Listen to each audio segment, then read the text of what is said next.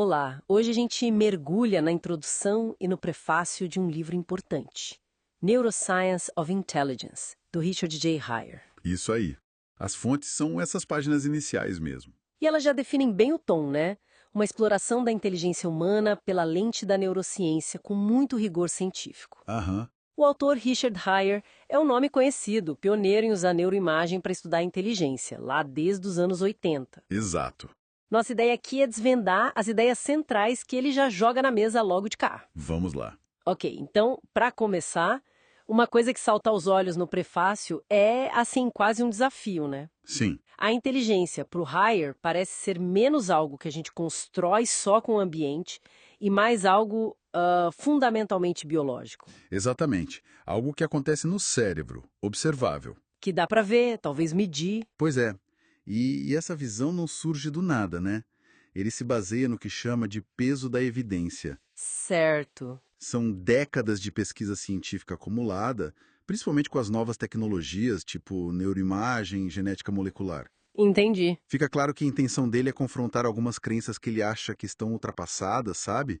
Sem base empírica forte sobre o que é inteligência. E ele já chega com pontos polêmicos na introdução mesmo, né? Sim, sim. Por exemplo, essa ideia de que a genética teria um papel mais forte que o ambiente nas diferenças de inteligência entre as pessoas, Uhum. Isso vai contra muita coisa que se pensa. e também que os testes de QI, que são tão criticados às vezes, Sim, teriam, na verdade, uma correspondência forte com características específicas do cérebro que a gente vê nas imagens. exato. Ele tenta validar esses testes por um ângulo biológico. Ele também quer desmistificar outras ideias, né? Que teste de QI é tendencioso ou que não serve para nada na prática. Ou aquela ideia de que qualquer coisinha, uma intervenção simples, pode aumentar a inteligência.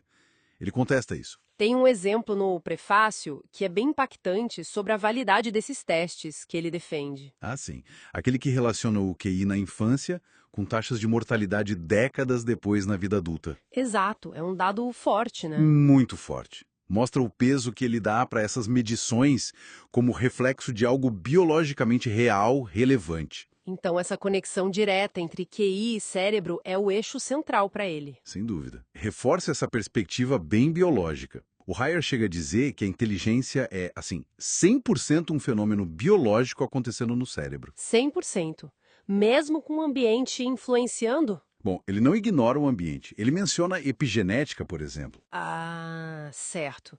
Aquela ideia de como o ambiente pode influenciar a expressão dos genes que a gente herda. Isso, como se o ambiente pudesse ligar ou desligar certos interruptores genéticos, sabe? Modulando como a inteligência se expressa. Entendi, mas a base? Mas a base, o hardware genético, continua sendo o ponto de partida fundamental na visão dele. Ele até diz no prefácio que o livro não é neutro. Não é neutro? Não no sentido de não ter uma posição. Ele quer ser justo com as evidências científicas, mesmo que elas desafiam o que a gente costuma acreditar, tipo que o ambiente é quem mais molda a inteligência.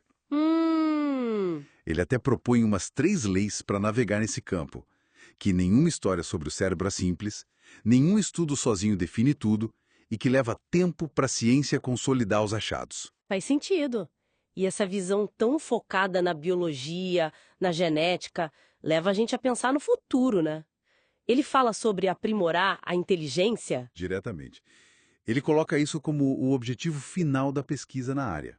Não só entender, mas eventualmente intervir para aumentar a capacidade cognitiva. E ele acha que isso é realmente possível? Sim, ele discute isso como uma possibilidade concreta, talvez até um aprimoramento dramático, por causa dos avanços da neurociência. Nossa, E aí, claro, abre toda uma discussão sobre as implicações, né? imagino. Algumas podem ser boas para educação, para políticas sociais. Sim, mas outras são bem controversas. Tipo aquelas ideias de neuropobreza ou neurostatus socioeconômico. O que seria isso exatamente? Basicamente, é o risco que ele levanta de que as diferenças neurológicas sejam naturais ou, quem sabe no futuro, criadas por tecnologia, possam criar ou aprofundar novas formas de desigualdade social. Uma divisão baseada na biologia do cérebro. Exato.